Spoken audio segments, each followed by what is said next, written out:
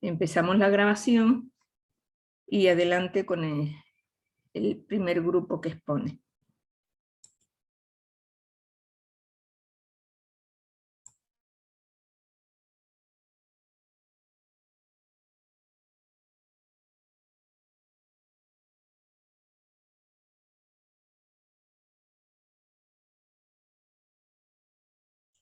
Doctora, buen día. Disculpe, ¿el primer grupo es homeopatía o acupuntura?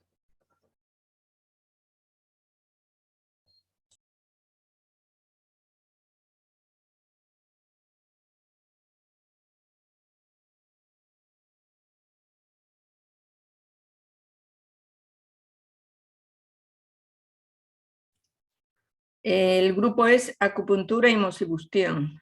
Disculpe.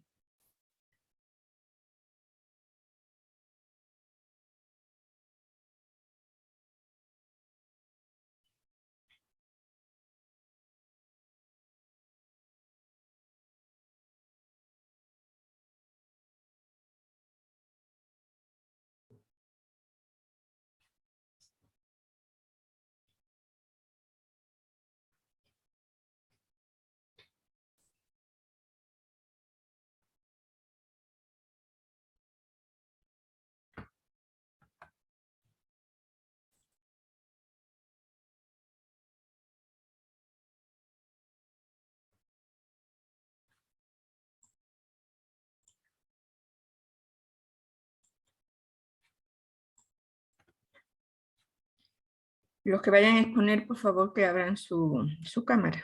Gracias.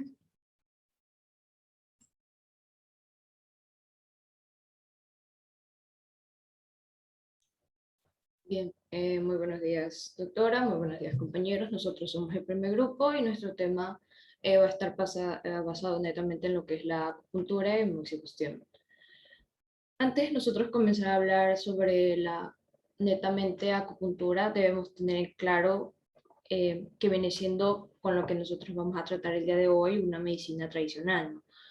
Entonces, ¿qué son las medicinas tradicionales? Según la OMS, la medicina tradicional es la suma total tanto de conocimiento, tanto de habilidades y prácticas que se vienen a basar netamente en lo que vienen siendo teorías, creencias, experiencias a lo largo de lo que se ha venido viendo en diferentes culturas, ¿no? Sean uno razonables, explicables y tienen que tender a ser usados en el mantenimiento de la salud, ¿no? Así como vendría a poder siendo la prevención, el diagnóstico, tratamiento de enfermedades tanto físicas o mentales. Pero bueno, nuestro punto aquí es averiguar en qué se basan estas enfermedades, ¿no? Entonces, a nosotros tratarnos de acupuntura, más bien como qué es, se trata de una forma de medicina alternativa existente hace más de 2000 años, que eso ya les vendré conversando en lo que es su historia, ¿no? Tiene como objetivo poder restaurar netamente lo que vendría siendo la salud del paciente o, bueno, de una persona como tal, ¿no? Es considerada también un arte, una técnica muy vinculada a lo que viene siendo la filosofía china, en la que el cuerpo, por lo tal, al igual que en el mundo, se concibe como un todo que se relaciona entre sí, ¿no?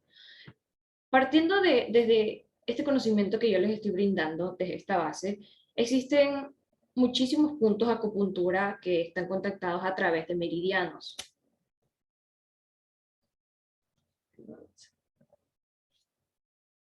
Bueno, en contacto a través de meridianos, que son vías también que son llamadas King, que ya un poquito más adelante yo podré hablarles un poquito mejor de esto, ¿no? Entonces, en conjunto, estas vías como tal van a generar un flujo, ¿no? Un flujo de energía llamado chi. No sé si ustedes lo han escuchado, esa palabra, tanto nosotros lo hemos visto como animaciones, como que el haiku. Em, Básicamente, este tipo de energía se va a encargar, o más bien va a ser responsable de lo que es la salud del individuo, en este caso del paciente, ¿no? Como ya se lo mencioné. Esta energía tiene dos modalidades, tanto el yin y el yang. No sé si han escuchado ustedes también esa frase que se dice bastante, el yin y el yang, el bien y el mal. Y también, claro, que va a tener un desequilibrio entre ambas, que es lo que en este caso se viene a conocer como que es lo que va a provocar la enfermedad, ¿no?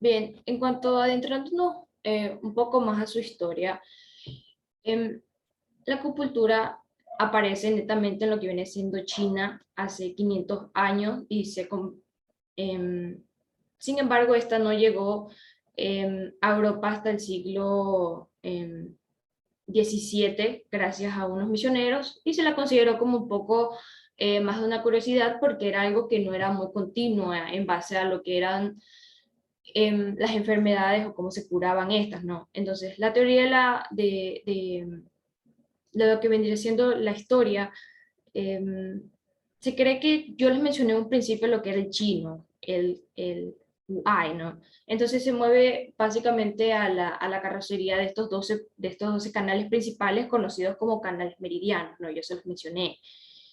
Pero bueno, esto se los voy a mencionar un poco más adelante. Hay que tener en cuenta que parte de esta historia de la acupuntura, habían personas, como siempre, que no la aceptaban y otras que sí, que medían básicamente sus creencias en cuanto a esta. ¿Por qué? Porque hubo una disminución y hubo un renacimiento de esta. En cuanto a su disminución de la acupuntura, a partir del siglo XVII, que estaba conectado, el interés de esta tradición disminuyó por completo, ¿no? O sea, por eso es que yo les menciono que hay personas en las que creen y hay personas, todo se basa como netamente en un poco de creencias, ¿no? En este tipo de medicinas. Este interés llegó a un punto en el que disminuyó, era considerado una actividad irracional, era atado con muchas supersticiones, ¿no?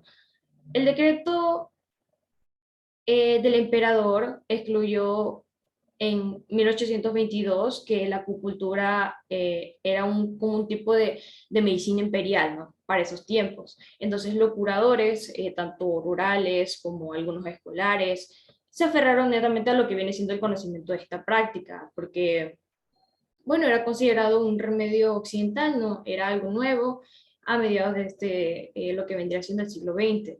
Un poquito más adelante, estas prácticas bajaron netamente de prestigio porque no tenían como consolidado aún sus creencias o la manera en la que se pudiera ver, ¿no? Entonces ya en 1929 fue proscrito en China junto con otras formas de remedio tradicional, pero claro, a medida que se hacían investigaciones en este tiempo en el que este tipo de medicina se comprobaba, pues claramente hubo un renacimiento, que a este se le llama como el renacimiento de la acupuntura. Em, Al nosotros referirnos al renacimiento, básicamente lo que yo podría decirle en cuanto a lo que investigué fue que esta práctica fue entendida a varios otros países. Ahora la conocemos mucho, bueno, algunas otras personas no. Em, por ejemplo, Corea y Japón recibieron el conocimiento en el siglo VI. El médico, existía un médico europeo que era llamado Rihain, que trabajó para la compañía que trabajó en una compañía india más bien como para poder reescribir esta práctica mediante actividades, mediante pruebas, ¿no? Esto ocurrió para 1680. Eh, Dentro de la primera mitad de lo que viene siendo el siglo XXI, el siglo XX, América y Gran Bretaña desarrolló interés en esta forma terapéutica antigua porque, como yo les dije, se vendían haciendo pruebas, investigaciones, entonces de alguna u otra manera como que crecía ese conocimiento, esa manera de un poco de investigar más. Entonces ya para la acupuntura más bien fue como válida en los Estados Unidos cuando en una conferencia se denunció que había pruebas positivas para su eficacia, que bueno, un poquito más adelante ya mi compañera le va a conversar sobre algunas enfermedades en las que se suele tratar, ¿no? Entonces, por lo menos era como basado en algunas condiciones. Bien, pero creo que uno de los puntos más importantes aquí es cómo funciona, qué son estos canales meridianos, como ya se los estuve mencionando en un principio. Cuando nosotros nos referimos a cómo funciona, es básicamente cómo se usa la acupuntura, ¿no? ¿Qué viene a hacer el acupuntor, la persona encargada de esta, que siempre debemos tener en cuenta que tiene que ser alguien que sepa lo que hace, que esté preparado. Pero bueno, básicamente en esto es el profesional quien se va a encargar de aplicar esta técnica de la medicina oriental a los pacientes.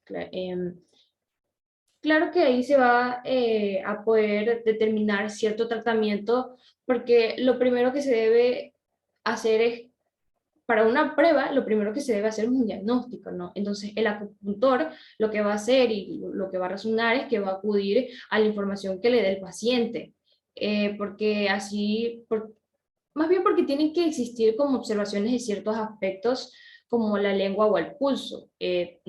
Cabe recalcar que este tipo de medicina no es como para todas las personas, como todas, ¿no? Entonces, el trabajo principal vendría siendo como la inserción de agujas en el cuerpo. Igual los invito a que ustedes puedan investigar un poco más, ver videos, porque no es como tanto la manera en la que yo se los explique, sino la manera en la que ustedes también lo puedan entender. Entonces, bien, como les menciono, el trabajo principal es la inserción de agujas en el cuerpo, para lo que se tiene que tener cierta capacidad para localizar estos puntos concretos al trabajar en función de cada paciente, porque cada paciente es distinto. Entonces, tienes que saber que la definición de los puntos acupuntulares está más bien estandarizada, por decirlo así, a través de una guía de la Organización Mundial de la Salud. Por eso les digo que pueden investigar si les interesa el tema, si tienen un poco más de curiosidad. La OMS tiene mucha información acerca de esto. Estas sesiones pueden durar cerca de entre 20 y 45 minutos. Una vez que se colocan las agujas, el profesional deja solo y en silencio al paciente sobre una camilla, pudiendo llegar a dormirse en muchas ocasiones. ¿Por qué? Porque, bueno, según testimonios, esto es como media de relajación y bueno, ese tipo de, de sentimiento, ¿no? La acupuntura podríamos decir que es beneficiosa para muchas enfermedades. Ya la compañera les vendrá hablando, expresando un poquito más de algunas de estas que se considera como una fuente importante, ¿no? Tanto, además de ciertas enfermedades, también vendría siendo como problemas de ansiedad, migrañas, asma, artritis, mismas adicciones, pero también puede ser peligrosa, por supuesto cabe recalcar que puede ser peligrosa en algunos casos como el embarazo, por lo que el profesional encargado deberá conocer netamente lo que vienen siendo determinadas informaciones. Pero bueno, un punto importante aquí también es si funciona en realidad o no la acupuntura. Creo que esto más se basa como en creencias, por lo menos en mi manera de verlo, porque yo estuve investigando y un estudio reciente en el que se intentó tratar la neuropatía mediante la acupuntura no mostró ningún beneficio en realidad. Sin embargo, parece que ser estos puntos de acupuntura utilizados para el estudio eran falsos. Por eso siempre debemos tener en cuenta de quién, o sea, quién más bien va a ser la persona encargada de poder realizar este tipo de medicina, ¿no? Entonces, muchas personas con la neuropatía creen que la acupuntura no los ayudó, básicamente. Refiriéndonos un poco más y ya terminando con esto, la investigación científica de esta, pues, no ha encontrado ninguna prueba tanto ni histológica o fisiológica, sino que para conceptos tradicionales como chinos, como en este caso lo que vendría siendo los canales meridianos, el QI o los puntos de acupuntura, como queramos llamarlo, muchos practicantes también modernos ya no apoyan esta existencia. O sea, básicamente lo que yo puedo investigar en cuanto a investigación científica es que no se apoya tanto esta existencia de flujo de energía vital, ¿sabes? Por eso es que yo les menciono que más como base de creencias, ¿no? A través de estos canales meridianos que yo se los mencioné, que era, bueno, sigue siendo parte de creencias importantes para quien lo crea, por decirlo así, ¿no?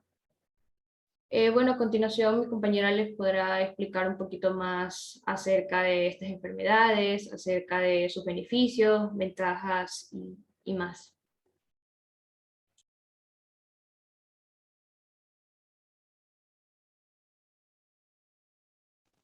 Muy buenos días. Bueno, en cuanto a las enfermedades que va a tratar lo que es la acupuntura, primero vamos a tener a lo que son las enfermedades respiratorias. Aquí vamos a encontrar, por ejemplo, lo que son las rinitis, a lo que son los resfriados comunes, la sinusitis o el asma o bronquitis. En cuanto a las enfermedades oftálmicas, vamos a encontrar que puede tratar a lo que es la conjuntivitis o también a lo que son las cataratas. En cuanto a problemas neurológicos, especialmente lo que es dolores de cabeza y lo que son las migrañas. En los gastrointestinales, aquí vamos a encontrar los problemas por acidez estomacal, también las úlceras duodenales, las náuseas y también los vómitos. Esto especialmente se dice que en pacientes que son tratados con su cáncer, después de lo que es la radioterapia y de lo que es la quimioterapia, según tiene muchos beneficios. En cuanto a problemas ortopédicos, vamos a encontrar, por ejemplo, a los dolores lumbares del nervio ciático, a lo que es la artritis y también a las lumbalgias. Y en cuanto a lo que son los trastornos del sueño, vamos a encontrar aquí a lo que es la insomnio y a lo que es la agitación. Pasa a la siguiente, por favor.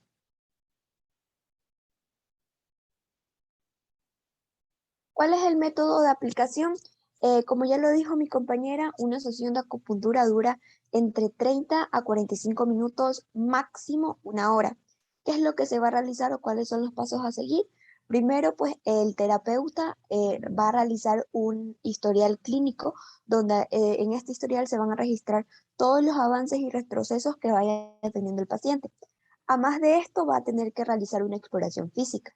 Entonces, junto con la exploración física y el historial clínico, es que podrá el terapeuta dar un diagnóstico. Una vez que él da el diagnóstico, debe indicarle al paciente cuál es la técnica más recomendada para este y debe explicarle cuál es el tipo de acupuntura que le va a aplicar. En este caso, si el paciente accede, pues obviamente se debe recostar en la camilla. En caso de que necesite quitarse la ropa, pues lo debe hacer y comenzarán con lo que es la inserción de agujas.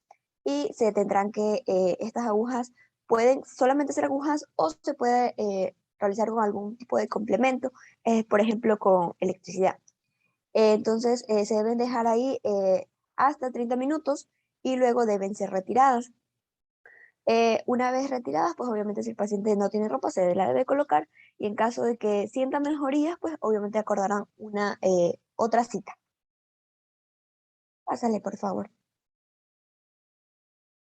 En cuanto a las desventajas, en caso de que se realicen las acupunturas bien hechas, con personas que sepan, probablemente no existan muchas desventajas.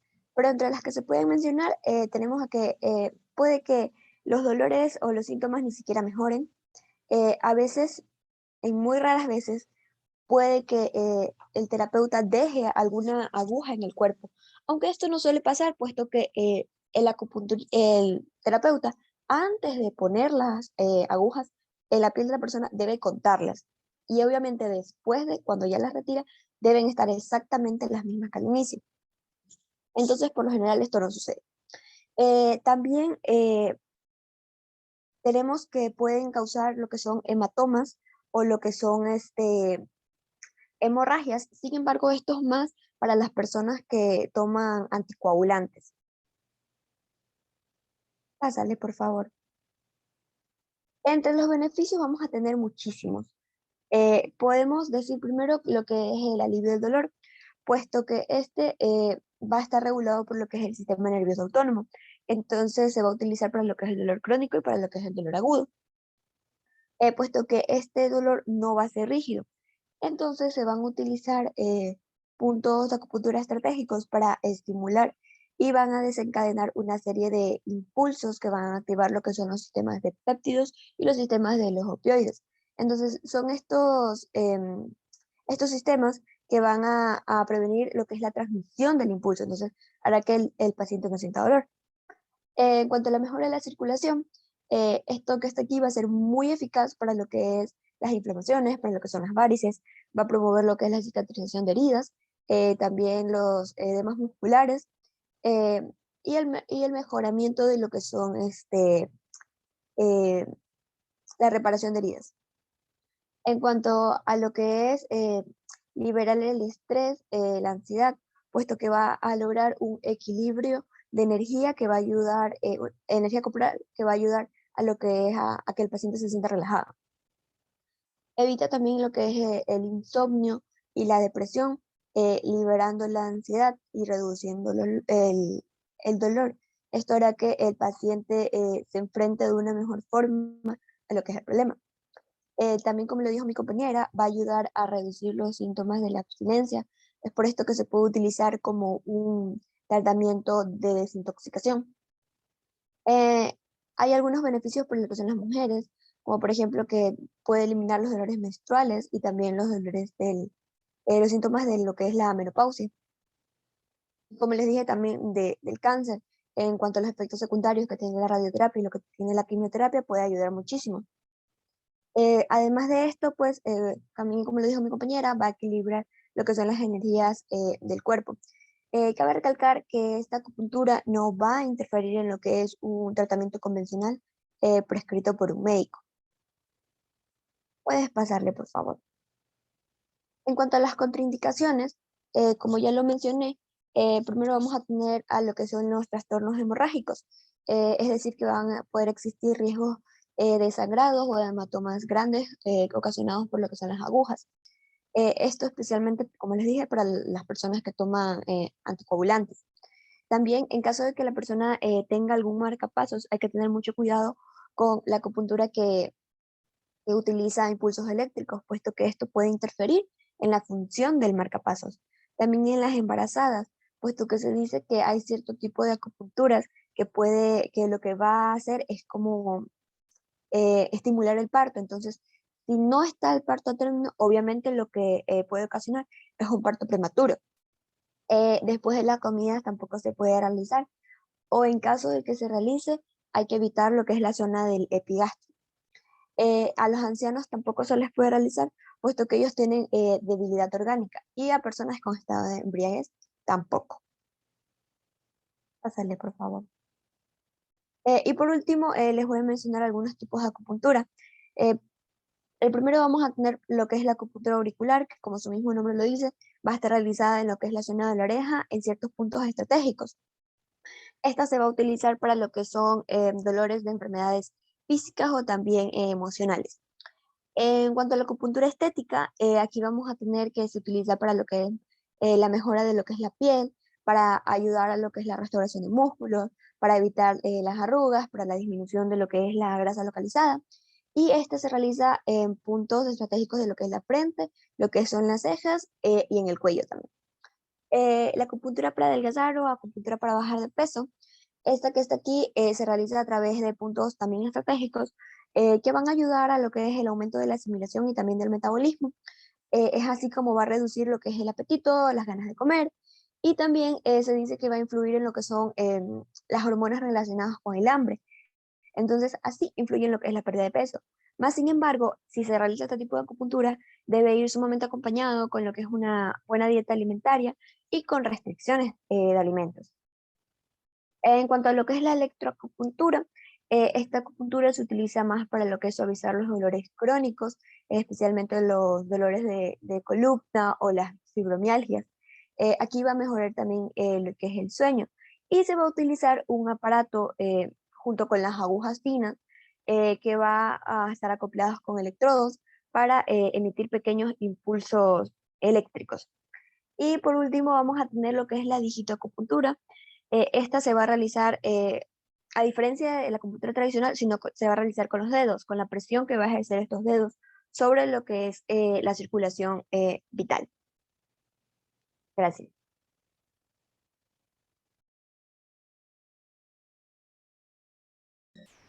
Buenos días con todos. Yo voy a hablar sobre la moxibustión. En definición, ¿qué es la moxibustión? Compañera, la siguiente diapositiva, por favor. En lo que es la medicina tradicional y china, la moxibustión es una terapia con calor en el que se quema una hierba sobre la piel o puede ser encima de la piel para calentar y estimular un punto de acupuntura o una área afectada. Este tiene como fin sanar trastornos o enfermedades, ya que se puede conseguir el equilibrio de las funciones fisiológicas. Bueno, el origen de la palabra moxibustión nace a referencia del término cauterizar, ya que esto quiere decir quemar sobre una superficie o con un material calentado previamente. En sí, el calor que esto produce se utiliza para las propiedades terapéuticas que se utiliza la raíz de la planta Artemisa, ya que presenta una forma de puro o se muele hasta convertirla en polvo para quemar y se denomina moxa. También en Japón la palabra moxibustión viene de mokusa, en que la palabra mo significa quemar y kusa significa hierba. Bueno, este método fue desconocido hasta que lo hicieron en el siglo XVII y XVIII en el occidente, gracias a los monjes jesuitas y otros viajeros. Se empezó a hablar de esta técnica y con eso ya comenzaron a hacer curaciones o las terapias. Bueno, en ese tiempo no se llamaba terapia, sino que lo decían curaciones, eran unas creencias que tenían ellos, porque en sí, en lo que era chino al principio fue una creencia, ya que la gente fue poco a poco dando a que le hicieran esta terapia.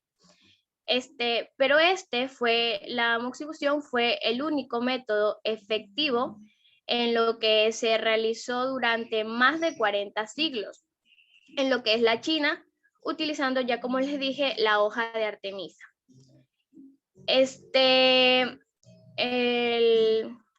En los traslados clásicos de esta medicina tradicional china, se dice en lo que la moxibustión nació en el norte de China, ya que como respuestas dio a las enfermedades originarias para lo que son bajas temperaturas en la zona.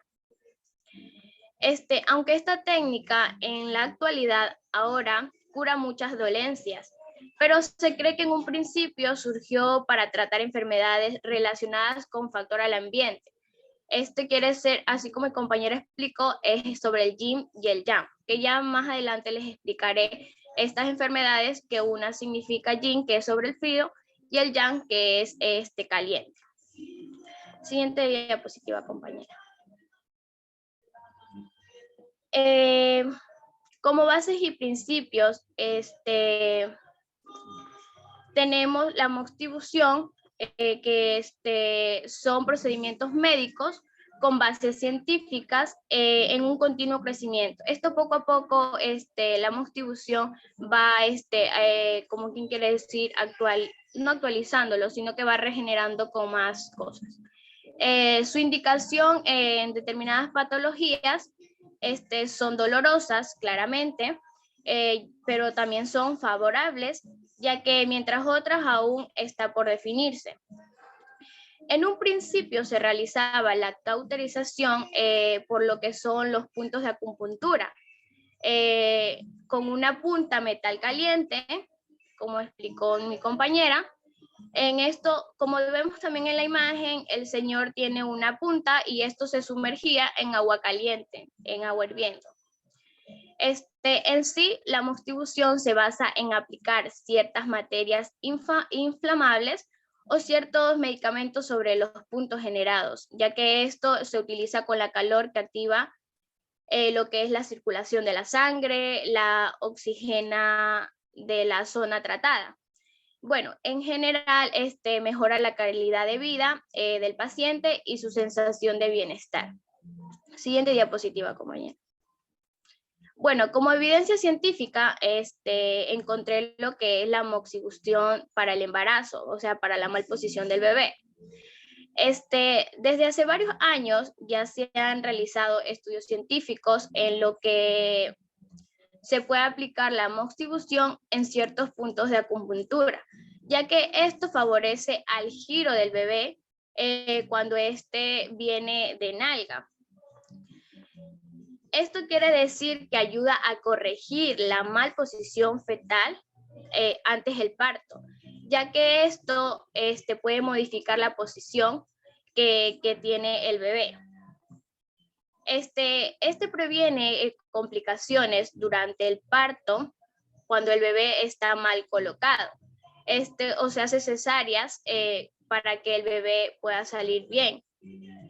Los estudios han demostrado que hay resultados satisfactorios en lo que es un porcentaje muy significativo, muy alto.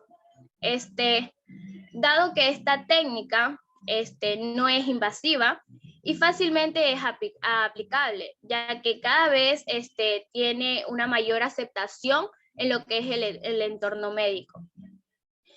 Bueno, la técnica es muy segura, tanto para el bebé como para la madre.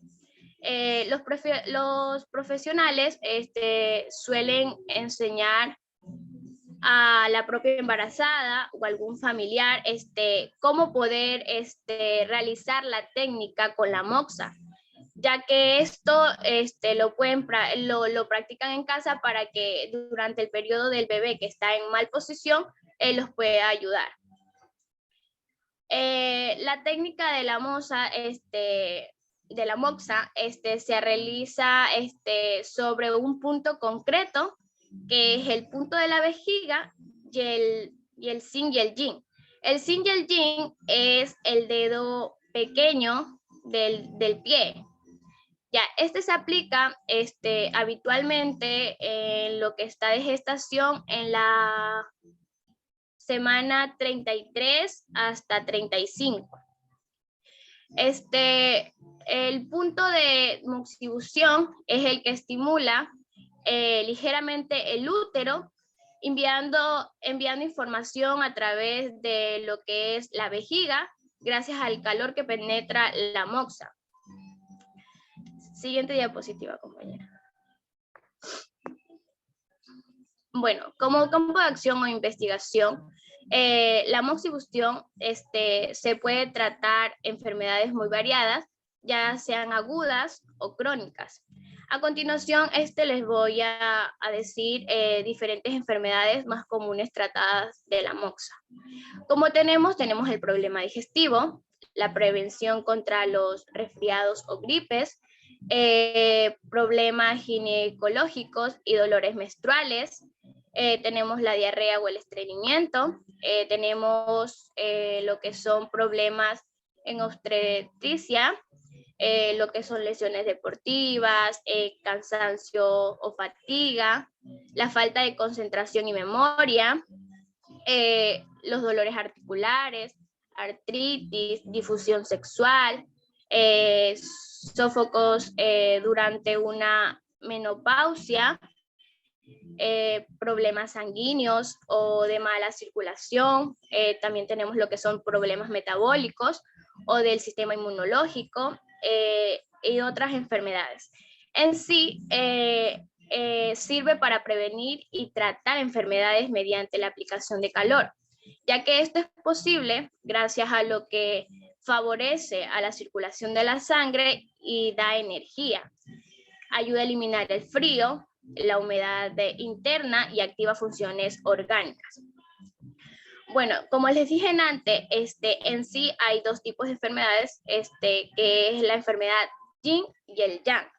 El yin son enfermedades frías de metabolismo lento, en lo que se vuelven muy crónicas, ya que la persona se siente muy cansada, ya que su pulso es lento. En este caso sería muy beneficioso que se utilizara lo que es la moxibustión. Y lo que es las enfermedades Yang son calientes y muestran un problema muy agudo, ya que tiene una apariencia muy rápida que puede ser intoxicación, traumatismo, ya que puede haber fiebre, piel roja, irritabilidad o el pulso muy rápido. En este caso, la moxa no se podría hacer porque está caliente y como sabemos la moxibustión es caliente. A continuación, la otra compañera, por favor. Como método de aplicación, la moxibustión es una terapia la cual existe diferentes técnicas. Como la moxibustión consiste en aplicar calor en los puntos de acupuntura, en algunos casos el punto de acupuntura solo se aplica la calor, pero se puede colocar lo que es la moxa en la aguja de la acupuntura. Se puede aplicar de una forma que es como un puro, en donde está la artemisa, que es la planta en la que se habla, acercando a la piel en puntos de acupuntura. La persona tratada se le coloca en lo que es la piel, se puede colocar con sal o con un rodaje de lo que es la jengibre para que la moxa se pueda poner encima para no quemar a la persona. La moxa también es una técnica que se usa dependiendo de la situación o la enfermedad que tenga el paciente. En este caso, la moxibustión trae contras, como por ejemplo lo que es un proceso inflamatorio. Lo que es la aplicación de la moxa, según la medicina tradicional, nunca se aplica directamente en la piel, ya que el terapeuta o la persona que le aplica tiene que tener mucho cuidado para evitar, como ya les dije, alguna quemadura o alguna lesión en la persona. Siguiente diapositiva, compañera. Bueno, aquí tenemos lo que son los tipos de moxas o maneras de aplicar la moxibustión. La primera, como vemos en la imagen, son moxibustión con conos, en lo que en ciertas ocasiones, la moxa se puede aplicar de manera directa. En la que está al lado, lo que está moxibustión con cajas y aparatos, esta se introduce el polvo o la hierbita de la artemisa para que así pueda tener su función, que es botar el humo. En la otra tenemos la moxibustión con puros de moxa, que esta se aplica de manera manual, realizando movimientos circulares en lo que es una forma de picoteo, como quien puede decir, porque va circularmente. Y lo que tenemos la moxa indirecta, que esto se utiliza bases para no quemar a la persona que se le está haciendo la terapia. Como ya les mencioné antes, se utiliza rodaja de jengibre, se utiliza ajo o sal. Siguiente diapositiva, compañera. Bueno, ventajas y desventajas. En las ventajas tenemos lo que es que tiene la propiedad de calentar dispersas cosas como el frío y la humedad, favorece la circulación sanguínea y da energía. Tenemos que regula el metabolismo y el aparato digestivo. Tenemos que ayuda a los sofocos en lo que es la menopausia, regula el estrés, el cansancio, la fatiga que hay en lo que son las piernas y los brazos, aumenta la producción de lo que son los glóbulos rojos, blancos, y lo que son las hemoglobinas.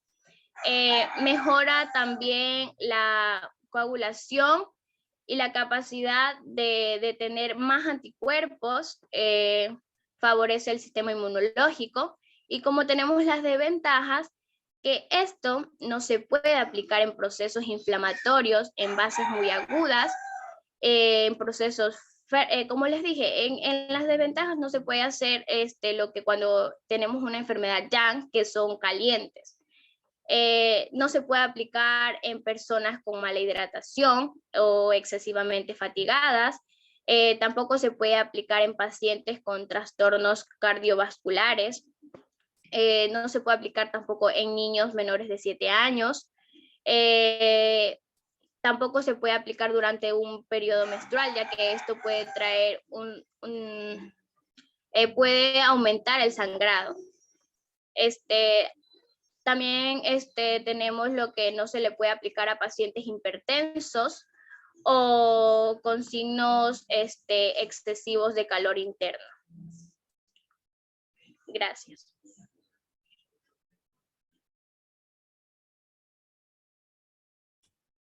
Bueno, hay una persona que no ha expuesto, ¿verdad? En el grupo. Sí, doctora. Ajá, Ok. es la compañera Yareli, pero o sea, ¿Ya? no es como que no haya expuesto, ella no se ha podido comunicar con nosotras. De acuerdo. Muy bien, gracias. Bueno, en general, pues decirle que ustedes cuando, yo ya les dije desde un principio, cuando vean medicinas alternativas complementarias tienen que ser críticas. ¿Qué quiere decir? No es la opinión de ustedes, es la opinión de cada uno de las evidencias científicas que hay en internet, porque ustedes no van a buscar la información en cualquier sitio, tienen que buscar fuentes fiables de información. Entonces, obviamente las medicinas alternativas atraen o llevan a posiciones extremas. Hay personas que están de acuerdo, personas que no están de acuerdo, pero nosotros somos científicos, estamos formándonos científicamente, entonces tenemos que buscar informaciones fiables.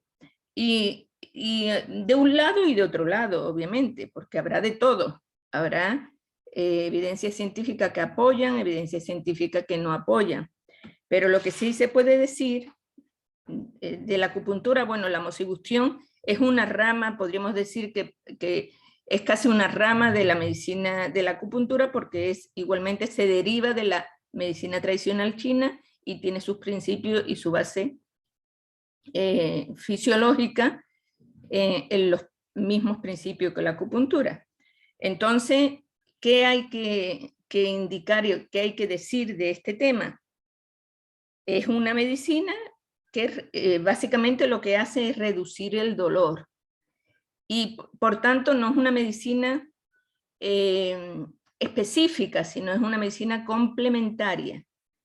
Complementaria a otros tipos de medicina. O sea, que una persona que se haga acupuntura o moxibustión puede seguir tomando cualquier otra medicina, partiendo de eso. Después, bueno, los meridianos o canales nunca se han descubierto, eso es parte de la tradición china. Hay muchísimos escritos chinos, a diferencia de la medicina tradicional latinoamericana o de América, que no tiene nada escrito. La medicina tradicional china sí tiene miles de tratados escritos donde desarrollan muy bien todo lo que son esos canales, esos meridianos, y indica cómo funciona el Qi, el Yin, el Yang. Pero eso hasta ahora pues no se ha demostrado. No se ha demostrado que existan esos canales o esos meridianos. Más bien, lo que sí, esos canales tienen que ver con el sistema nervioso periférico.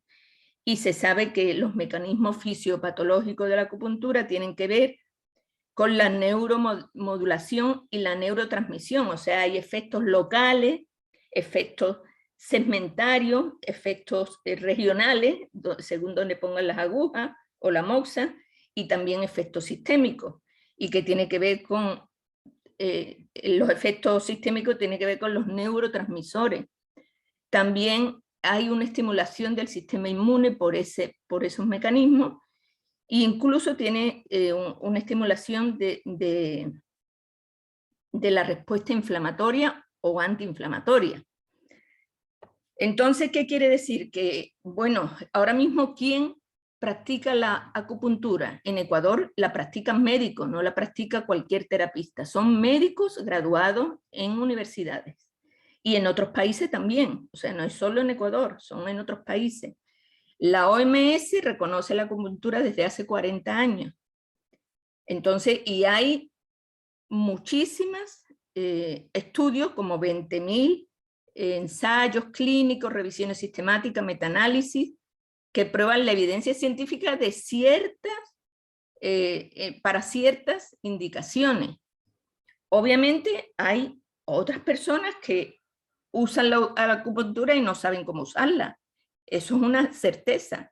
Se ha llamado en muchos casos neurociencia, pero o sea, ustedes tienen que mostrar el tema desde los dos puntos de vista. A nivel científico hay esto. También hay muchas personas que indican que es una neurociencia, una pseudociencia. Una pseudociencia quiere decir que no hay comprobación científica.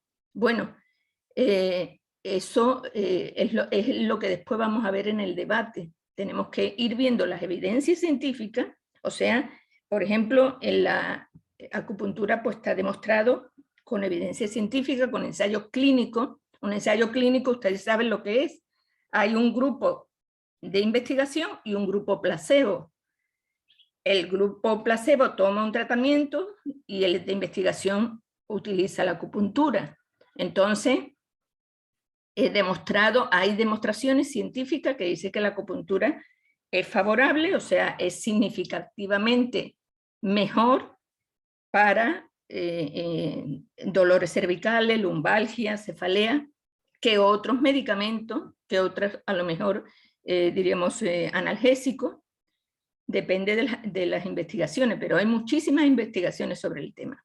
Entonces, ¿qué queremos decir? Que nosotros nos tenemos que apoyar en nuestras investigaciones sobre cualquier tema de la materia, en buenos datos, en datos científicos, buscar la página de la OMS o de la OPS, buscar en Google académico, en estudios que se hayan hecho sobre acupuntura, sobre moxibustión, para buscar realmente por las pruebas científicas de lo que es esa terapia.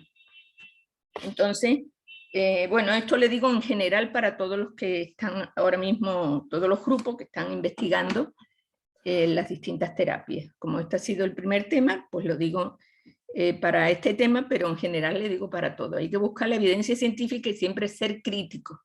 Sabemos que hay personas que están a favor, personas que están en contra, pero también tenemos que ponernos en la realidad. Aquí en el Ecuador, quien hace acupuntura, moxibustión, son médicos como van a ser ustedes en su momento, y que se van o a Estados Unidos. Miren, en Estados Unidos, en Francia, en Inglaterra, en Alemania, está reconocida la acupuntura. En Canadá también está reconocida. Entonces, o sea, quiere decir que seguirán a hacer la especialidad y volverán y armarán aquí pues su consultorio con su título de cuarto nivel, como dicen las leyes del Ecuador. Entonces todo eso tenemos que tener en cuenta y no solo buscar así nomás información no sólida para hacer las exposiciones. Bueno, muy bien. Entonces, señores, pasamos al segundo tema, ahora sí, homeopatía.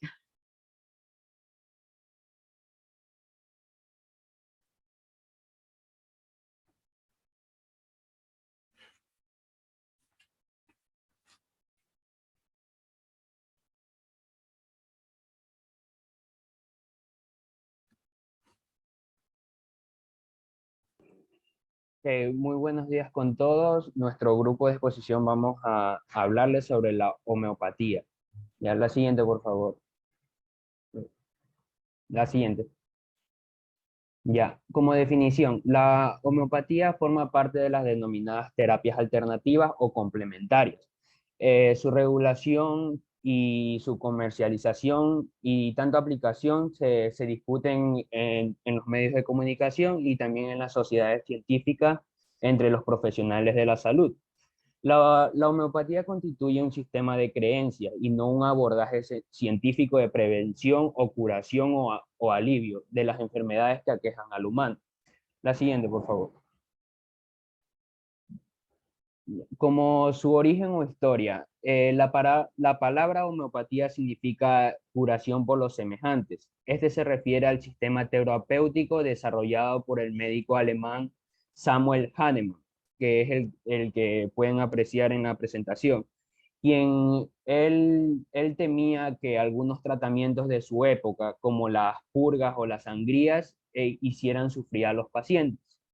La siguiente, por favor.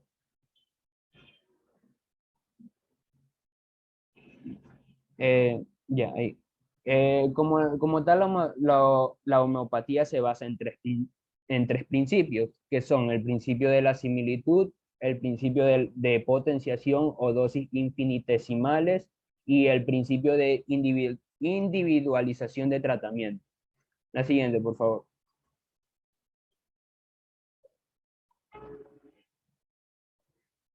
Ya, ok. Hablando del primer principio, que es el principio de la similitud, este se trata de curar a través de dosis mínimas de sustancias que, experimentadas en personas sanas, tienen la capacidad de producir síntomas muy similares a los que pueden curar.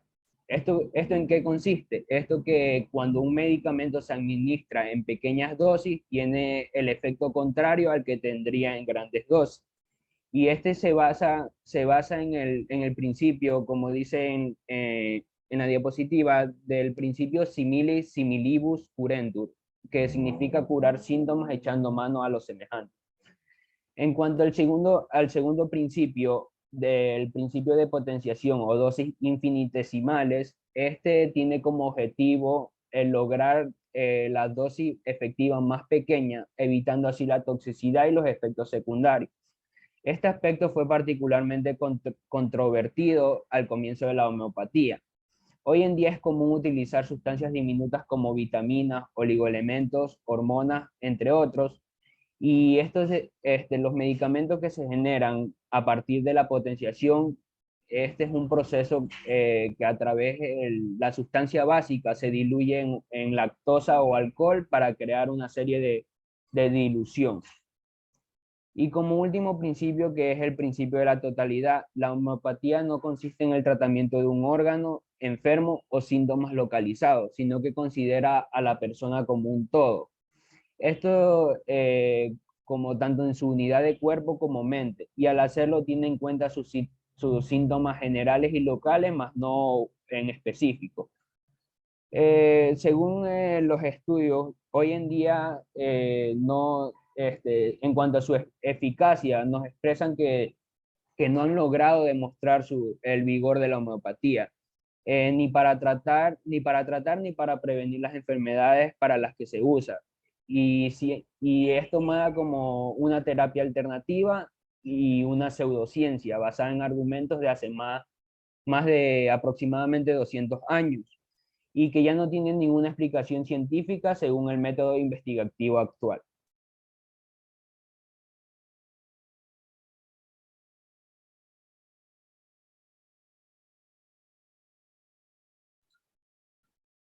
Bueno, en cuanto a lo que corresponde a bases y principios, vamos a tener lo que, según los defensores de la homeopatía, esta disciplina trata de forma inicial la causa de la enfermedad y no las manifestaciones clínicas en el organismo.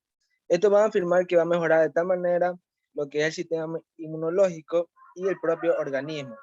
Va a ser más eficaz en el combate y la destrucción del virus invasor. Es presentado como un procedimiento holístico y económico en cualquier región geográfica.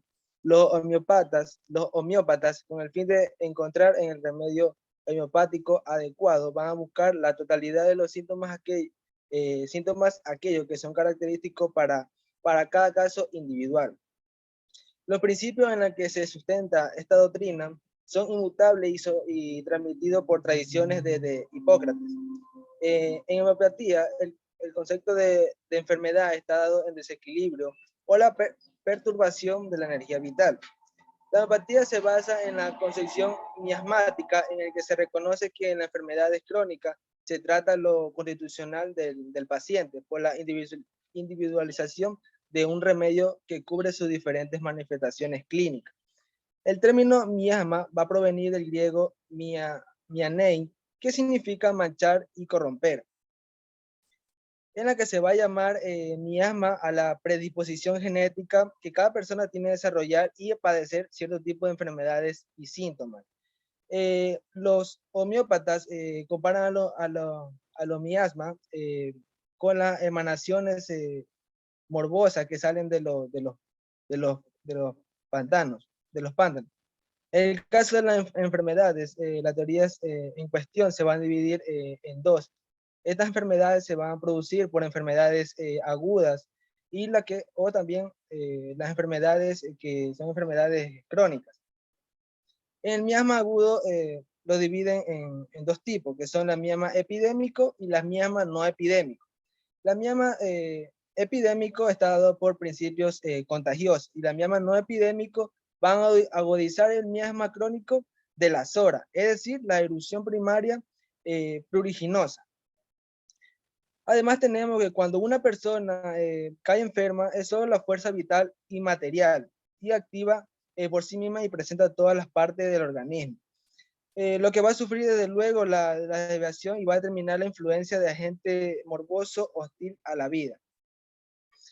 En el principio vital solo en estado normal es el que se puede dar al organismo la sensación desagradable e inclinarlo a las manifestaciones irregulares que se van a llamar enfermedades, que va a ser como una fuerza invisible por sí mismo y solo reconocible por su efecto en el organismo. Sus perturbaciones morbosas solo lo van a dar a conocer por manifestaciones anormales de las sensaciones y de las funciones de aquellas partes del cuerpo que van a ser accesibles a los sentidos del observador y del médico, es decir, por los síntomas morbosos y no de otro modo que puede darse a conocer. Los homeópatas afirman que pueden existir contagios de los miasmas, lo cual debe entenderse desde el punto de vista energético como una permanente transferencia energética entre aquellos que viven en íntima relación. Los miasmas se heredan por generación en proporción no definida o se van a adquirir en trastorno de la vida. En cuanto a la confección de los medicamentos homeopáticos, se van a realizar a través de sustancias que en una persona sana va a producir síntomas de la enfermedad a tratar. De esta manera inicial se toma en parte una sustancia que está en estado puro y se va a mezclar 99 partes de disolvente. Es decir, que esto va a contener lo que generalmente lo conocemos como agua. Para generar una mezcla, esto se debe golpear 100 veces el recipiente contra un libro que va a estar hecho de lo que es cuero. Esto se va a citar según lo que dice Aguilar Andrade, en la que nos menciona que la concentración de la sustancia obtenida se le va a llamar 1CH. El CH, es decir, se va a denominar centesimal anemaniana, que va a estar denominada en honor a Samuel Hahnemann, que es el creador de esta dicha modalidad terapéutica. Siguiente diapositiva, compañero. Bueno, en cuanto a lo que es la evidencia científica, vamos a tener que uno de los estudios que se va a hablar sobre el tema de la homeopatía es realizado por Echavarría Torres en pacientes con trastornos depresivos, donde se compara un grupo de control que usa tratamientos convencionales en el estudio que se usaba lo que era la homeopatía. En conclusión, hubo una mejora estadística significativa de los síntomas con el uso de la homeopatía. Bueno, vamos a tener también otra investigación en la cual pude yo investigar, que era sobre lo que mencionaba Carla Calviño, que realizó un estudio con pacientes con traumatismo de rodilla. Para ellos emplearon lo que era la antiinflamatorio no esteroide y lo que es la homeopatía. Y ellos concluyeron que hubo una mejoría también en el caso de lo que empleaban la homeopatía. Además, hubo también, según según Brito Abreus, la homeopatía dice que funciona según la base funciona desde hace más de un siglo. se aplica en animales esta aplicación en animales es muy reconocido, lo cual suelen ser muy poco sugestionables, sobre todo si el paciente de alguna dolencia, uno de los estudios que apoya dicha afirmación es realizado por Harrer, donde a un grupo de ranas se le aplicó concentraciones homeopáticas de tirosina a 10 CH, mientras mientras en el otro grupo se le empleó lo que era el agua, y en la cual ellos pudieron concluir que hubo una mayores transformaciones en el estado de la maduración en el grupo que usó homeopatía. Esta investigación fue a doble ciego y replicó otra investigación anterior. Siguiente diapositiva. Bueno, tenemos también que la homeopatía se ha empleado también en lo que es la agricultura. Según Narváez Martínez, esto lo utilizaron la homeopatía en lo que es para controlar lo que corresponde a lo que son las plagas.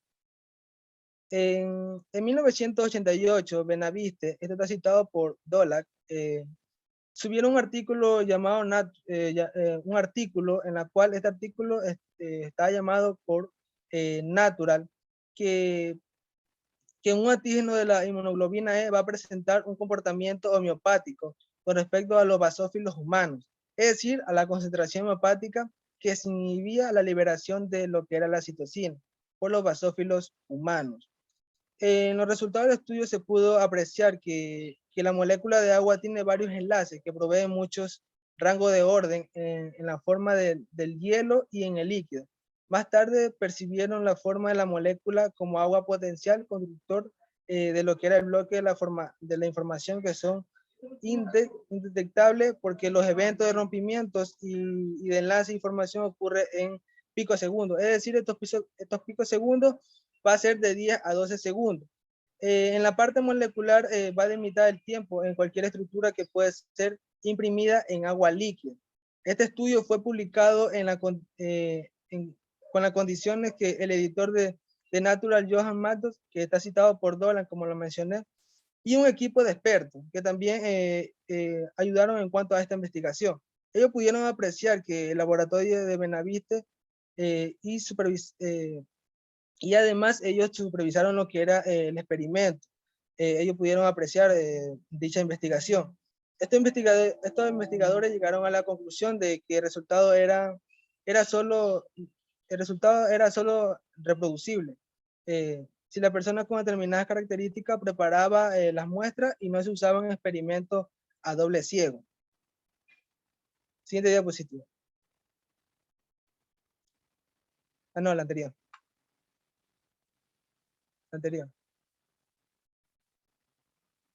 Bueno, algo que podemos destacar de lo que era la homeopatía es que la implantación de la homeopatía iba a ser universal, ya que en los países como Alemania 3.500 médicos van a recetar lo que es la homeopatía.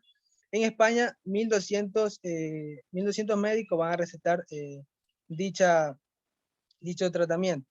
En Italia más de 7.000 médicos van a recetar la homeopatía y en Brasil 15.000 médicos recetan lo que era la homeopatía.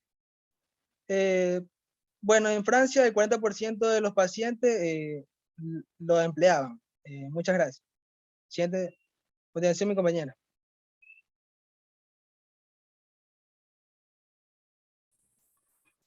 Bueno, continuando con el campo de acción en la homeopatía es amplio y difícil de delimitar.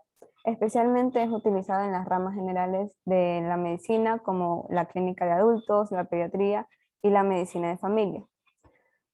En cuanto a las enfermedades más beneficiadas están los problemas pediátricos, los osteoarticulares como son la artritis o artrosis, los otorrinolaringológicos o bronquiales, también los problemas digestivos como son en el caso de la diarrea, la acidez estomacal, los problemas ginecológicos como son el dolor de la menstruación o el síndrome premenstrual, los problemas oftalmológicos, los problemas urológicos como las infecciones, los problemas dermatológicos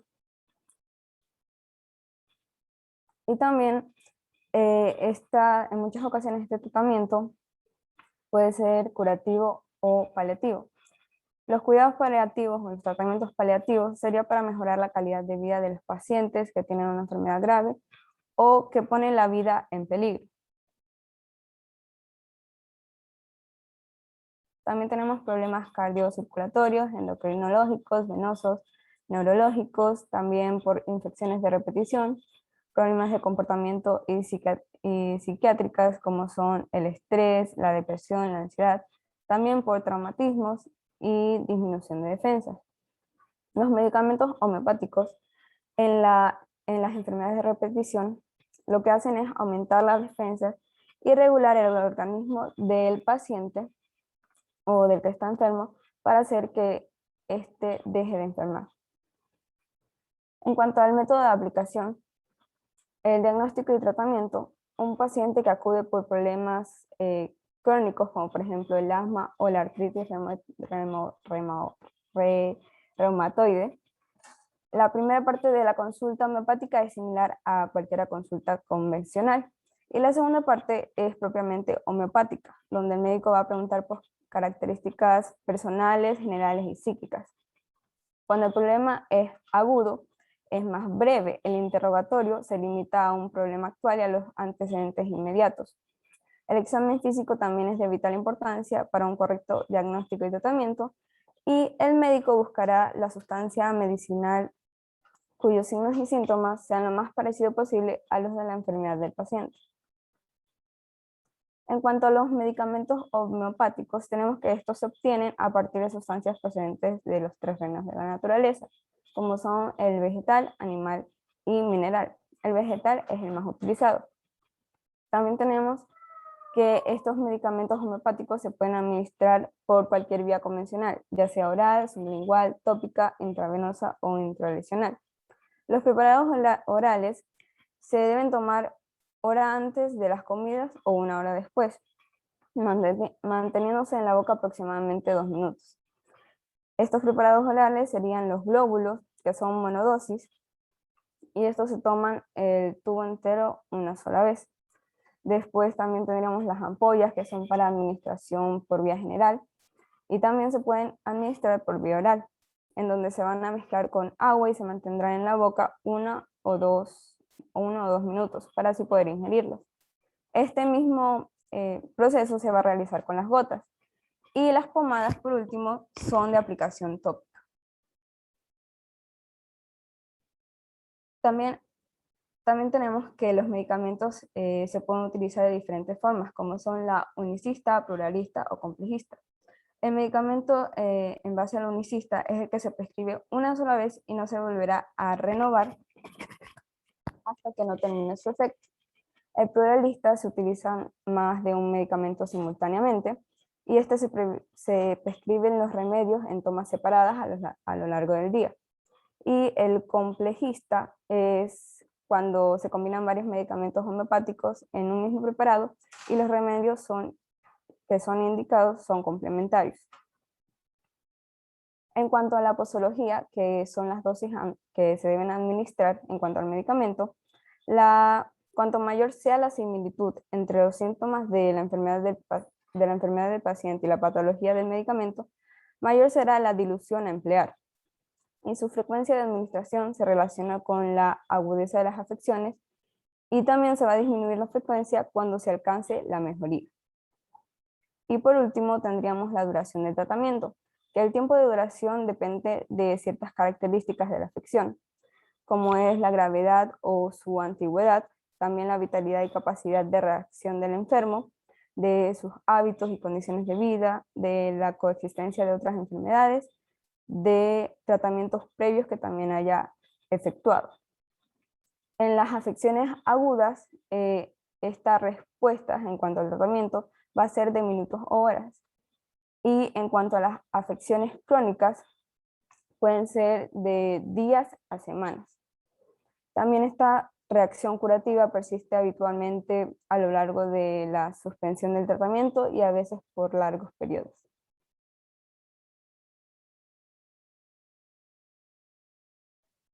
Ya, bueno, a continuación ya les voy a hablar sobre las ventajas. La primera ventaja que tenemos es la seguridad. Bueno, esta primera ventaja que se reconoce de la homeopatía es que es 100% segura, ya que esta no va a provocar ningún tipo de efecto secundario. De hecho, se lo utiliza a los bebés y a las mujeres embarazadas. Ellas pueden, tanto los bebés como las mujeres embarazadas pueden tomar este tipo de remedios sin temor a dañar lo que es su salud. Tenemos como otra ventaja que es sencillo de tomar, ya que, como mencionó la compañera, tenemos como gránulos, glóbulos, plaquetas, que estas se van a disolver con facilidad en la boca. Al igual, la mayoría de las formas farmacéuticas están disponibles, como dijo la compañera, tanto en tabletas como gotas o polvos. Además, este también tiene una facilidad, ya que los niños la pueden tomar con facilidad y bueno, hay algunas ocasiones que obviamente como todo remedio son rechazadas. También tenemos otra ventaja que es la tolerabilidad. En la actualidad todavía no se ha descrito ningún tipo de efecto adverso revelante de este, pero este está asociado al consumo de estos tipos de formulaciones. Tenemos que no es adictiva. Bueno, una vez que, como dijo la compañera, hablando en los tiempos, una vez que ha llegado a sentir alivio tras consumirlo, ya no debe seguir haciéndolo. No obstante, si se siente con alguna mejora, este ya no va a ser utilizado o caso contrario, debería buscar un tratamiento adecuado. Tenemos que no provoca somnolencias. Bueno, tiene la ventaja de que tanto las personas pueden trabajar como estudiar sin que nuestro ritmo de vida se altere. Entonces, también tenemos la compatibilidad farmacéutica. En cuanto a la compatibilidad farmacéutica, este tipo de tratamiento se puede combinar con otros medicamentos o otras terapias, sin que esto no va a afectar a cuanto su eficacia. Tenemos que no suprime el sistema inmune. Esta es una gran ventaja, ya que la mayoría de los medicamentos que están consumidos no va a suprimir lo que es nuestro sistema inmunológico. Tenemos otra ventaja que es la olitística. Esta es un tipo de medicamento que aquí se viene a considerar todos los síntomas como uno. Entonces, por lo tanto, este tratamiento homeopático, los síntomas no se van a repetir. Tenemos que también otra ventaja que tiene, que es apta para toda edad. Sería apta igual para toda la familia, ya que puede utilizar pacientes con polimedicados, mujeres embarazadas, y también en varias ocasiones este tratamiento se lo utiliza a pacientes pediátricos. También tenemos lo que es venta en farmacia. Este también va a tener como una desventaja que a continuación ya les daré, pero en cuanto a la ventaja que tiene en ventas en farmacias, hay que destacar que esta es la única forma, esta es una única forma en la cual se puede conseguir este tratamiento. Y la ventaja que tiene es que como se va a vender en lo que son farmacias, va a garantizar lo que es el cumplimiento y exigencias de las normas sanitarias. ¿Le puedes dar la otra?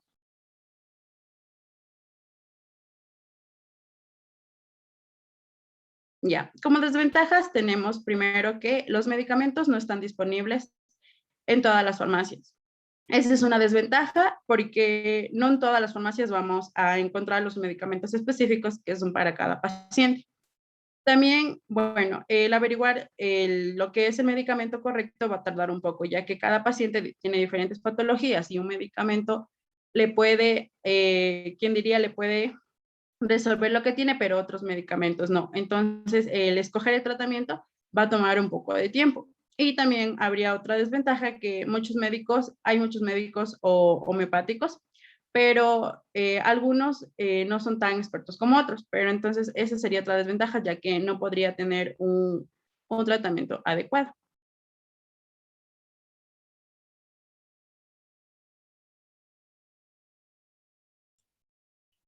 Bueno, gracias. Decirles que la homeopatía en realidad pues es una medicina alternativa bastante polémica. Hay personas que están a favor, sociedades científicas que están a favor, sociedades científicas que están en contra. Y bueno, decirle la realidad, ¿cuál es la realidad de la homeopatía en el mundo? Que básicamente pues está reconocida como especialidad en países como Alemania, Francia, Suiza, bueno, aquí Italia, Bélgica, en el Reino Unido, o sea, en Europa, en casi todos los países. Después está en América, pues en Brasil, Chile, Colombia, Cuba, Ecuador, México, en la India. O sea, hay muchos países que tienen reconocida esa especialidad. ¿Qué es lo que dicen los estudios científicos? Ya, bueno, ya ha dicho algo el compañero, pero bueno, hay una polémica. ¿Por qué? Porque ese principio de similitud y esa dilución, esas diluciones continuas y esa potenciación o dinamización que se llama, pues no está demostrado científicamente que eso fisiológicamente produzca algo, diríamos, positivo en ese medicamento. Pero lo que sí resulta es que hay muchísimos laboratorios a nivel de todo el mundo, donde esos grandes laboratorios pues tienen intereses económicos y que abogan por muchos estudios que den positivos pues, a esos productos. Bueno, en el caso de España, en España sí se lleva a cabo la homeopatía, pero la comunidad científica, sobre todo los colegios de médicos de medicina convencional, tienen una lucha abierta contra los homeópatas, porque dice que es una pseudociencia. Entonces hay bastante, diríamos, diversidad de opiniones. Por ejemplo, ¿qué dice la OMS? La OMS dice que hay que tener mucho cuidado en el uso de homeopatía en enfermedades que pueden provocar la muerte, como es la tuberculosis, el VIH, la malaria, pero también con enfermedades infantiles como la gripe y las diarreas, porque a veces esos medicamentos homeopáticos pues, son inútiles. Eso dice la OMS. Por otro lado, sí hay algunos estudios que prueban la evidencia de esta terapia. O sea, hay pros y contras. Lo que sí, muchos dicen que se trata de un efecto placebo, el efecto que produce la homeopatía, y que más bien lo que se potencia es la autocuración. Al estar tranquilo, al tener mucha fe en esa terapia, pues se potencia la autocuración del cuerpo, que es algo completamente natural. Entonces, como ustedes ven, hay distintos puntos de vista respecto a esta terapia y llama la atención y sobre todo cómo está aumentando en todos los países. Porque como se trata a nivel individual, a la persona a nivel, diríamos, holístico, a nivel integral, las personas se sienten muy satisfechas con ese tratamiento y cada vez pues les gusta ir más a ese tipo de terapias, ¿no? Y evitan los efectos nocivos de los medicamentos convencionales. Entonces, como les digo, pues esa es la realidad que ahora mismo tenemos en la homeopatía. Hay cuestiones a favor, cuestiones en contra. Un último estudio en la base de datos de Cochrane, que es la base de datos más grande que existe en el mundo, pues ya han demostrado que no hay efecto, no hay pruebas que demuestren la eficacia de la homeopatía contra el cáncer, contra los trastornos de déficit de atención, contra el asma, contra la demencia, la gripe, la inducción del parto. O sea, quiere decir que esto ya está demostrado que no hay evidencia científica. En cambio, en otros, para otras, digamos, indicaciones, sí hay estudios que demuestran la evidencia científica. Entonces, esa es la realidad respecto a la homeopatía. Ok, bueno, hemos terminado, gracias, y vamos al siguiente grupo.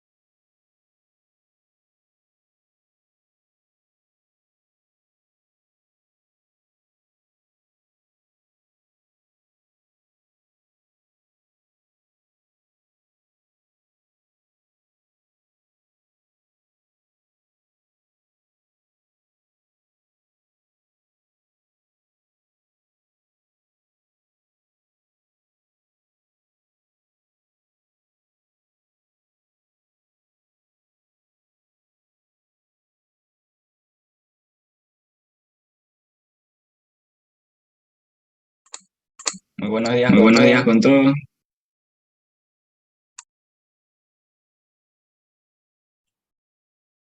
Adelante.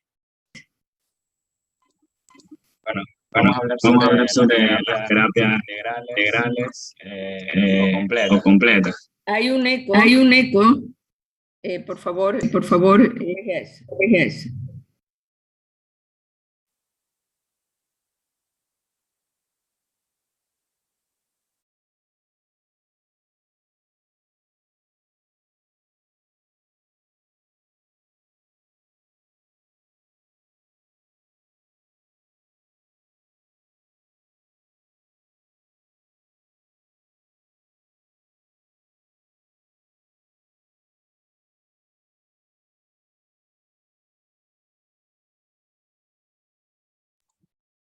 Ahí ya no se Ahí ya escucha no el se eco. escucha el eco.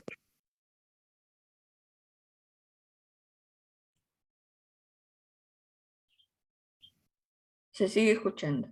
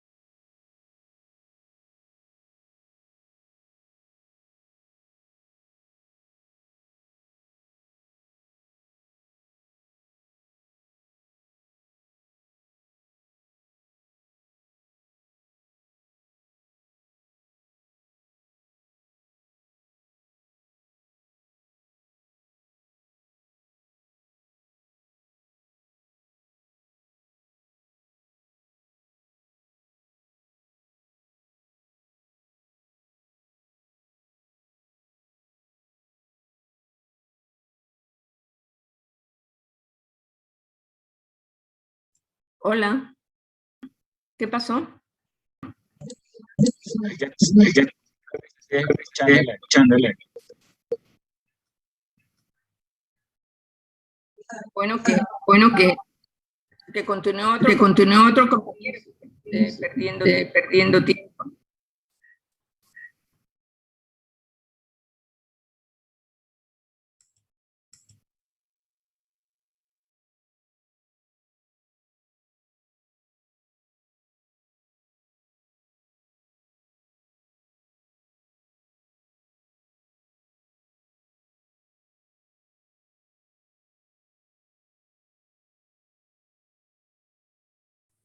Buenos días con todos. Mientras tanto, esperando al compañero que pueda resolver su problema, yo les continuaré hablando sobre la terapia Reiki. Como definición, tenemos que la terapia Reiki es una terapia japonesa dirigida a la restauración de lo que es el sistema de energía del cuerpo. Esto gracias al estímulo de procesos curativos de forma natural. Estos pueden ser utilizados para inducir a lo que es la relajación y también tratar ciertos problemas de salud. La terapia Reiki es considerado como un sistema natural de equilibrio y energía. Esto a través de la imposición de manos sobre el paciente a tratar. Esto contribuye a la producción de una relajación profunda, también a la liberación de energía y también la armonización. Este es considerado como un enfoque holístico a la salud y el bienestar. Esta terapia Reiki puede también entenderse como una filosofía de vida para lo que es la promoción de la felicidad personal y a terceros. Respecto a su origen o historia, podemos decir que los orígenes del Reiki son complejos, ya que se trata a la vez de un sistema que se puede considerar tanto antiguo como moderno. Esto, a consecuencia, moderno se dice porque se desarrolla en lo que son los últimos años del siglo XIX, y a la vez es antiguo porque se origina en varias filosofías espirituales, tales como la Ayurveda, o también conocida como filosofía china, que incluye filosofías espirituales como el budismo, el shinto y el shugendo. Bueno, en el antiguo Japón, estas principales influencias espirituales, como ya lo mencioné, fueron el budismo japonés. En este caso, el budismo japonés va a encerrar una tradición esotérica. Esto está determinado por prácticas reservadas solo a los iniciados, que en sí serían los monjes y las monjas. Esto incluía lo que se llama Mikkyo, que serían las enseñanzas secretas. También incluyen una serie de doctrinas que estas están basados en linajes en los que se aprendían. Además, las prácticas se dan bajo la disciplina o enseñanzas de un maestro. Luego tenemos la otra influencia espiritual, que es el Shinto. Esta es una religión proveniente o nativa de Japón. Se da entre la mezcla de la adoración a la naturaleza, también de las artes adivinatorias, el chamanismo y por último la veneración por los kami, que kami significa dioses y espíritus. Según las historias del origen del Shinto, el emperador descendía directamente de los dioses, por lo que este emperador era considerado como un dios viviente. El Shinto fue la religión oficial de Japón desde el año 1868, quedando prohibido su combinación con otra influencia espiritual, que es el budismo. Y por último tenemos el Shugendo, que prácticamente es un método que combina elementos tanto del budismo como del Shinto. Permite desarrollar poderes espirituales y actualmente ya no se practica de una forma pura, pero aún se siguen venerando a las montañas siendo considerados como lugares sagrados. Tiene su origen, el Shugendo tiene su origen en el año 666 después de Cristo, y es una práctica profundamente ascética en la que sus seguidores pasaban años hasta poder lograr su capacitación, y esto lo realizaban estando aislados en lugares como las montañas, también pasando duras pruebas y también asimilando las enseñanzas de la naturaleza, mientras ellos pasaban memorizando sutras budistas y los repetían.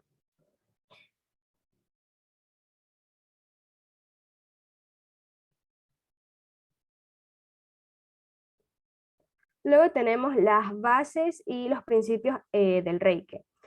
En sí son 5 principios. El primero es, solo por hoy no te enojes. El segundo, solo por hoy no te preocupes. El tercero, honra a tus padres, maestros y ancianos. El cuarto es, solo por hoy gánate la vida honestamente. Y el último, el quinto, es, solo por hoy demuestra gratitud. Y también tenemos niveles. El Reiki es un sistema estructurado en sí por 3 niveles. Cada uno de estos son independientes y Para canalizar bien la energía hacia todos ellos no es necesario saberlo, canalizar todos los niveles. Bueno, entonces cada persona que practica el Reiki puede quedarse en el nivel que elige. En sí tenemos el primer nivel, que este se basa en la canalización de energía, pero a nivel físico. Esto contribuye a tratar problemas solo emocionales y físicos. En el caso del nivel 2, este canaliza la energía para trabajar a un nivel más profundo que el nivel 1. En este caso ya no solo es emocional y físico, sino también mental y emocional. Luego tenemos el nivel 3, que este va a canalizar la energía para poder tratar problemas, lo que es a nivel espiritual. Y por último, existe un nivel que es de maestría, que este es un grado necesario para poder transmitir la enseñanza del Reiki hacia otras personas. Y en algunas escuelas tradicionales, este nivel de maestría se alcanza junto al nivel número 3. Cada grado comienza con una iniciación o una serie de iniciaciones. Estas también son llamadas como alineaciones o alineamientos o sincronizaciones. Luego tenemos lo que es la evidencia científica. Como tal, no existe, no hay acuerdo en la teoría de cómo podría funcionar esta terapia Reiki.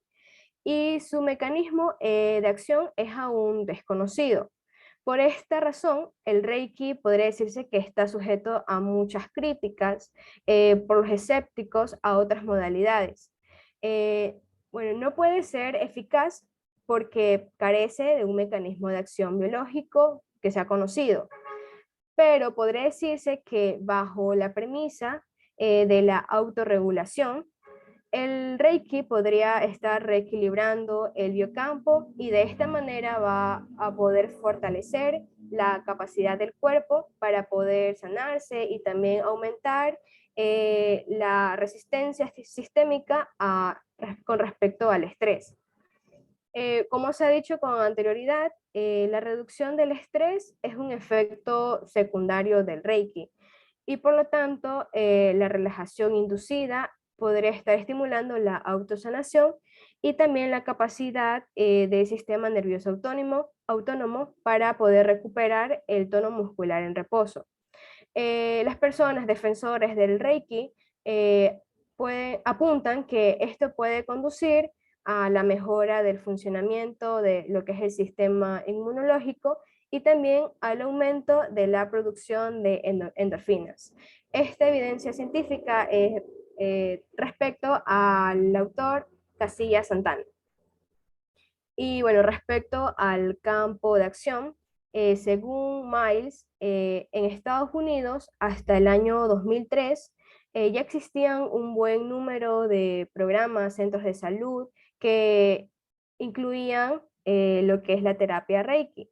Y en todos estos programas se informaba los beneficios de esta terapia, que son la reducción de ansiedad, también la disminución de consumos de fármacos analgésicos, también un aumento del grado de satisfacción en lo que son los pacientes quirúrgicos y también la disminución de las complicaciones que aparecen en las personas mayores, tales como podría ser la depresión, la soledad, el insomnio, el dolor. Estos centros de salud acogían estos programas de Reiki en varios tipos, en varias áreas como la medicina general, centros para los enfermos de VIH y SIDA, también centros oncológicos, centros quirúrgicos, geriátricos, cuidados paliativos y también programas comunitarios. Respecto a su método de aplicación, en este caso, la persona que va a practicar la terapia Reiki, que es el terapeuta, sitúa sus manos sobre el paciente, que está totalmente vestido y se encuentra sentado en una silla o también podría estar reclinado en una camilla. También es preferible que el ambiente sea tranquilo para que pueda favorecer la relajación del paciente. por lo que esto sería un punto imprescindible. También una sesión de Reiki realizado de una forma tradicional incluye ubicar las manos en 12 posiciones, sobre la cabeza, sobre la parte delantera y la espalda de la persona a tratar, el paciente. También en las piernas y los pies, tal como vemos en las imágenes. También es posible colocar las manos directamente sobre la zona que se encuentra lesionada o que es dolorosa, pero no es necesario en una terapia completa. En el caso de que exista lesiones y que no sea posible tocar de forma directa, las manos se pueden colocar unos centímetros encima de la zona afectada. Estas sesiones pueden ser largas, cuanto sea necesario, aunque de forma normal puede durar entre 45 y 90 minutos. No es necesario que el paciente esté consciente de la terapia, por lo que éste puede realizar un tratamiento a personas sometidas a anestesia en el transcurso de una cirugía o en personas que se encuentren inconscientes. Luego tenemos las ventajas y las desventajas. Se podría decir que las ventajas que incluye la terapia Reiki son la liberación de emociones que se encuentran reprimidas, también aumenta el nivel energético del paciente, proporciona vitalidad física y anímica.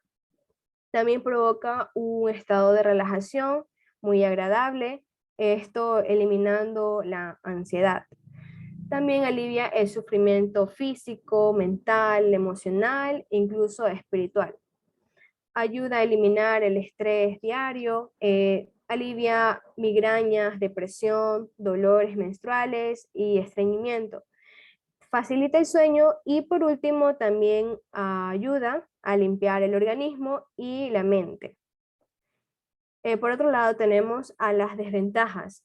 En sí, según el autor García Morilla, una de las desventajas de la terapia Reiki es que no es una práctica científica, porque no se fundamenta en ninguna teoría científica que sea aceptada, por lo que y también no se puede medir con ningún artefacto.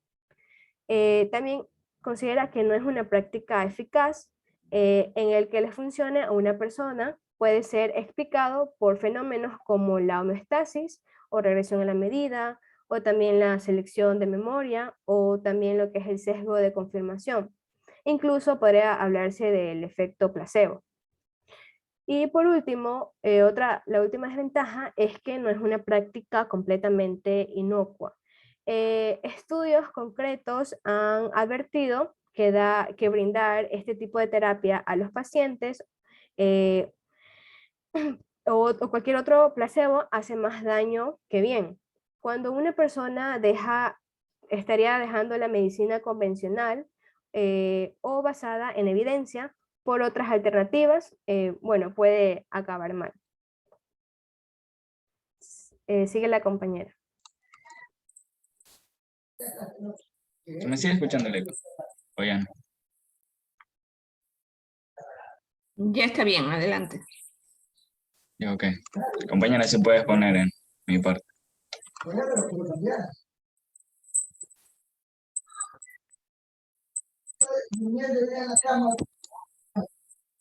Lo que es la naturopatía.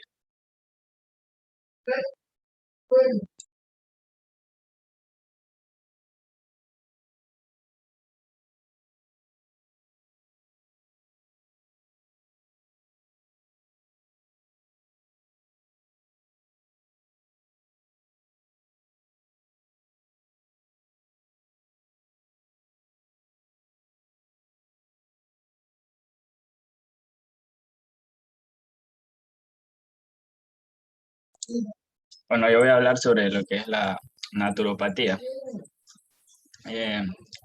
Los principios de la naturopatía moderna no fueron catalogados hasta finales del siglo XIX en los Estados Unidos, y gran parte del trabajo ha sido realizado por John Shield, quien acuñó por primera vez el término de naturopatía.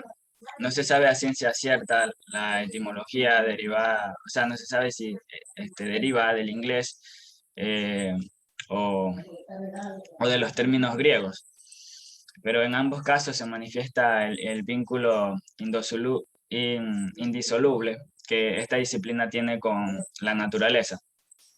La naturopatía es una terapia que se basa en los medios naturales que intentan prevenir la enfermedad y recuperar el estado de salud, potenciando la capacidad de autocuración. La naturaleza es un claro ejemplo de equilibrio y regularidad. Estas mismas cualidades son las que se requieren para conservar la salud física y mental. La siguiente. Bueno, la misión principal de la naturopatía es eliminar sustancias nocivas extrañas y perjudiciales que se encuentran en el organismo, como desechos, toxinas, venenos, células dañadas, etc. Y en su lugar, estas aportan con sustancias útiles y sanas, como son vitaminas, minerales, nutrientes, plantas, entre otras, para así depurar y regenerar los tejidos dañados. Existen 3 tipos de pilares de la naturopatía, que son la alimentación, el cuerpo y la mente. En lo que es la alimentación, se recomienda alimentos naturales, tanto en su composición de preparación, manufacturación, cultivo y otras propiedades. Y tener una nutrición equilibrada o una nutrición irregular puede producir unas carencias y por lo tanto una pérdida de salud. En lo que es el cuerpo, en se trabajan todas las técnicas en las que se utiliza como elementos básicos las manos. Y aquí entran todo tipo de masajes, como los quiromasajes, la reflexología podal, la auricular o de otras partes del cuerpo. Y estos masajes se recomiendan para así aliviar procesos y tener como medida una buena forma física. En lo que es en la mente, se trabaja en la aplicación de las funciones cerebrales y los elementos que posee la persona para obtener el estado óptimo de la salud. Por ejemplo, la relajación, las técnicas de respiración, el pensamiento positivo, la visualización creativa y así prevalecerá el optimismo, la paz mental, la confianza y la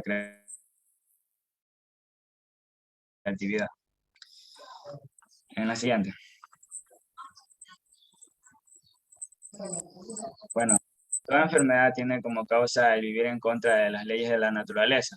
Los tratamientos naturales se dedican a descubrir las causas que produjo la enfermedad y así tratan no solo los síntomas, sino las causas.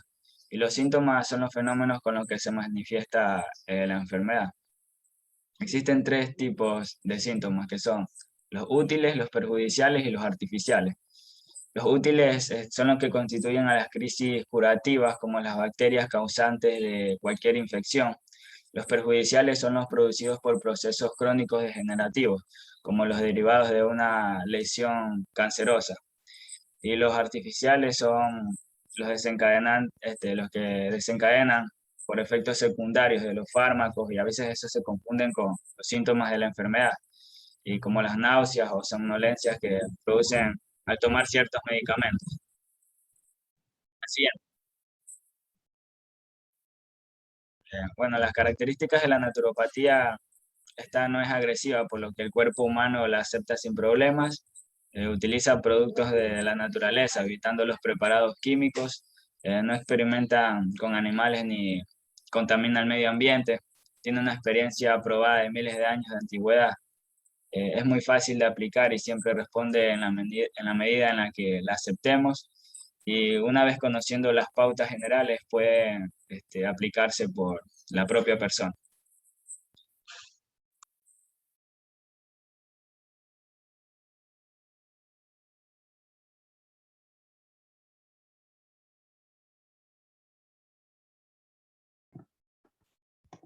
Ya.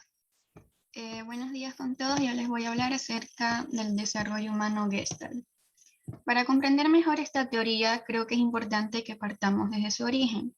La teoría de Gestalt apareció en Alemania a principios del siglo XX como una especie de reacción a la psicología conductista, ya que ésta rechazaba la consideración de los estados subjetivos de la conciencia al momento de investigar sobre el comportamiento de las personas. En cambio, los investigadores que se vinculaban a la teoría Gestalt, ellos se preocupaban básicamente por estudiar los procesos mentales que por aquella época no se tomaban en cuenta, justamente porque no existían los instrumentos, por así decirlo, necesarios para llegar a conocer bien lo que sucede en nuestro cerebro. De este modo, la teoría de Gestalt nos acerca a una concepción del ser humano caracterizada por su papel activo a la hora de percibir la realidad y de tomar decisiones. Según los que siguen esta teoría, todos creamos en nuestra mente imágenes más o menos coherentes sobre nosotros y sobre lo que nos rodea. Y estas imágenes no son la simple unión de las secuencias de información que nos llegan a través de nuestros sentidos, sino que son algo más. Para poder entender mejor esta teoría, un ejemplo lo podemos encontrar en las películas. A pesar de ser una sucesión de fotografías que pasan rápidamente, se perciben como imágenes en movimiento. Lo mismo queda manifestado claramente cuando vemos ilusiones ópticas, como en las imágenes de las diapositivas, ya que aparecen dos o más imágenes sobrepuestas, pero nosotros solo podemos captar una sola imagen a la vez. Ya, siguiente diapositiva, por favor.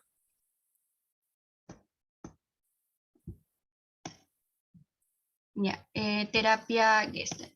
En cuanto a la terapia, esta se centra más en los procesos que en el contenido en sí, dándole importancia a lo que sucede en la actualidad y no a los momentos del pasado. El psicólogo o psicóloga encamina a la persona a darse cuenta de cómo impacta y a la vez es impactada por su entorno, haciéndola consciente de su manera de hacer las cosas y ayudándola a ver de otra manera más útil para llevarlas a cabo.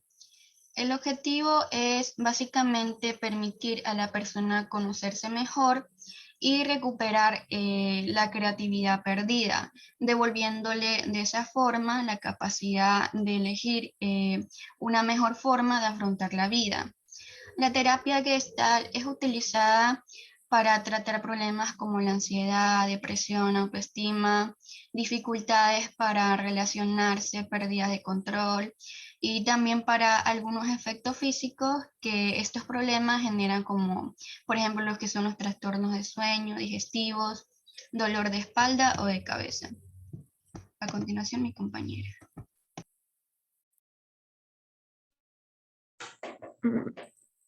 Bueno, yo le voy a hablar sobre los procesos creativos. En el proceso es de cambiar la toma de conciencia y la conducta de la persona. Y la condición del proceso también es de la transformación de una forma a otra. También indica un problema que se corresponde con una figura abierta y se produce en el que piensa. Una atención que hace de inmediato y que impulsa el restablecimiento del equilibrio, ya sea hacia una figura cerrada. Siguiente diapositiva, por favor. La terapia creativa también es un encuentro o un proceso de crecimiento o un acontecimiento de resolución de problemas.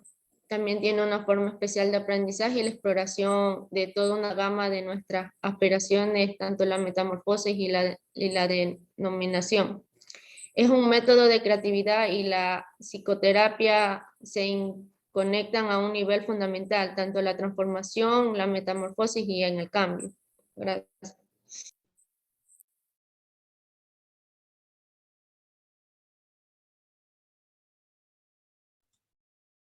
Bueno, señores, en cuanto a la terapia, a los procesos creativos, es utilizar las terapias creativas, como puede ser la musicoterapia, la arteterapia, el arte dramático, etcétera, para adentrarse en la curación de un estado de ánimo, sobre todo de ansiedad, depresión, etc. Bueno, hemos terminado, señores, el día de hoy y continuaremos el próximo jueves viendo ya las últimas,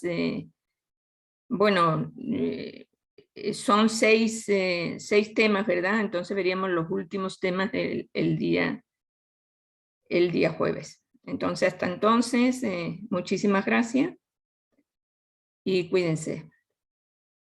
Muchísimas gracias, doctora.